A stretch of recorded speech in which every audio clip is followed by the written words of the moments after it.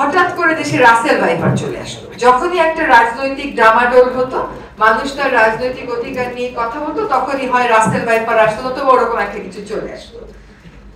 আবার পট পরিবর্তনের পরে দেখেন ডাকাত একটা এপিসোড শুরু হলো, মনে আছে? 8ই অগস্টের পরে রাদার সব বাড়িতে বাড়িতে ডাকাত হচ্ছে। হঠাৎ করে আবার ডাকাত চলে যায়, হঠাৎ করে আবার রাসেল ভাইপার চলে যায়। আবার সেন্ট মার্টিনের কথা দেখলাম, এখানে একটা উদাহরণ দেওয়া হয়েছে। তো সবকিছু যদি বিবেচনা করেন, বিষয়টা হচ্ছে যে আমি যখন আমার মতন করে চালাবো দেশটা এবং আমি অন্য কাউকে কোনো স্কোপ দিব না, তখন কোন কোন প্রতিষ্ঠান আমি দখলে নেব, আমার নিয়ন্ত্রণে নেব, এটা আমি বুঝি। আমি বিচার বিভাগ নেব, আইন শৃঙ্খলা নেব, গণমাধ্যম নেব। গণমাধ্যম মানুষের মন মানসিকতাটাকে সে নিয়ন্ত্রণ করতে পারে। তো আমরা এখনো সকাল হলে অন্তত হেডলাইন গুলো দেখে তো বের হই।